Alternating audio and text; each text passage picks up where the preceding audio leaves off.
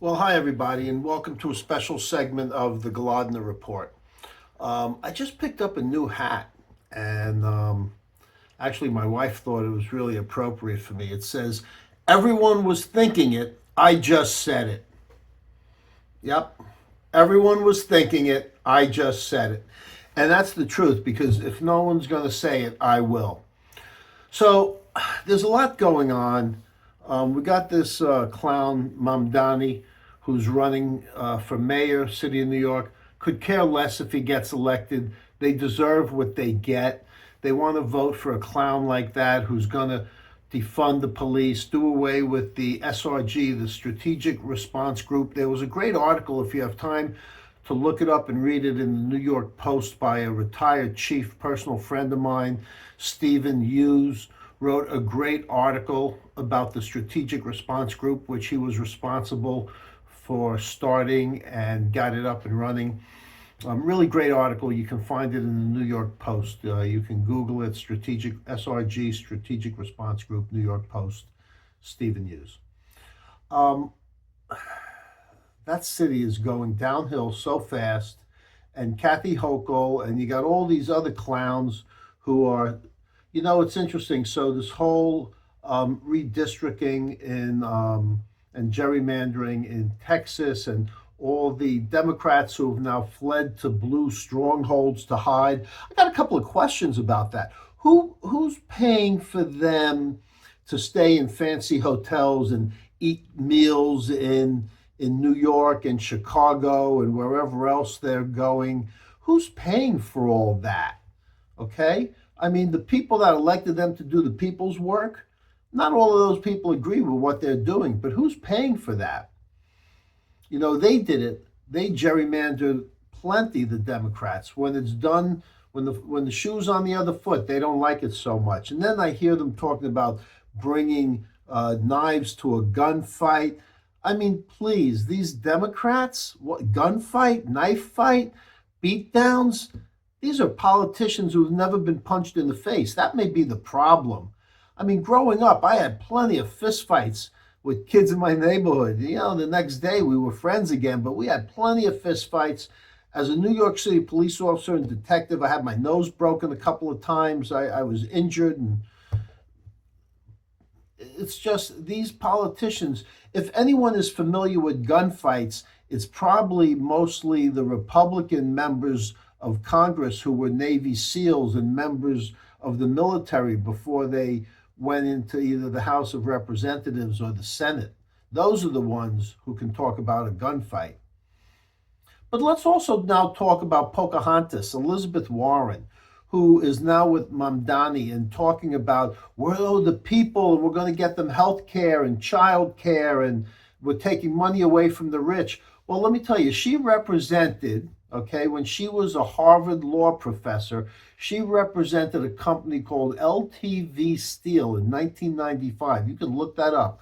Google Elizabeth Warren LTV Steel. In 1995, they were claiming bankruptcy, and as a Harvard law professor, she attempted to go to the Supreme Court and overturn a lower court ruling so as to permit this company not to pay workers $140 million in retirement benefits. So explain this to me now. Elizabeth Warren, who's talking about helping the working class, she was trying to help a corporation not pay $140 million in retirement benefits to steel workers? That's who Elizabeth Warren really is. That's who Pocahontas really is. She was also, before she was a member of the Senate, she was hired by Congress because she had an expertise in bankruptcy law to help as a consultant to rewrite laws having to do with bankruptcy. Well, while she was doing that for the United States government, she also took $1,000 an hour as a consultant to various corporations that were going to be affected by those laws that she was now helping to write. And she, for $1,000 an hour, took information from them to help them navigate through these new bankruptcy laws. We can also talk about her daughter, who started a business a company called BTG. You can Google that. Business Talent Group.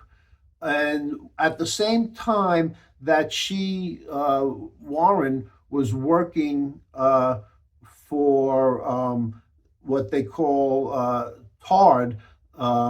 In her case, it might be retard. The Troubled Asset Relief Program, TARP.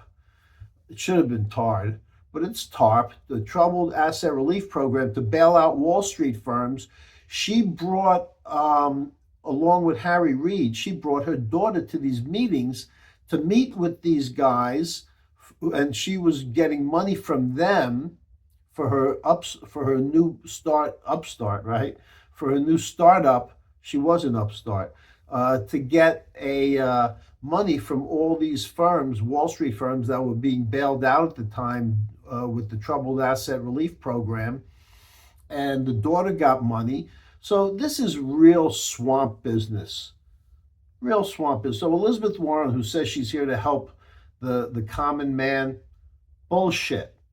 Double bullshit. So that's Elizabeth Warren, and she's up there with Mamdani, who says he's a socialist. He's really a communist. We also got this clown, Representative Delia Ramirez from Illinois, a Democrat, who's went to Mexico, and she said, "I'm a proud Guatemalan before I'm an American." Imagine that, a member of Congress who says that anyone who becomes a citizen has to renounce any allegiance to any foreign country. And here you have a member of the House of Representatives saying, "I'm a proud Guatemalan before I'm an American." And then she tries to walk it back and says, "Oh, that's the beauty of America, that I can be proud of my heritage." That's another load of bullshit. So we're gonna call it quits today. This is plenty. Just to say, there was a book out. It says How to Talk to Liberals, if you really want to.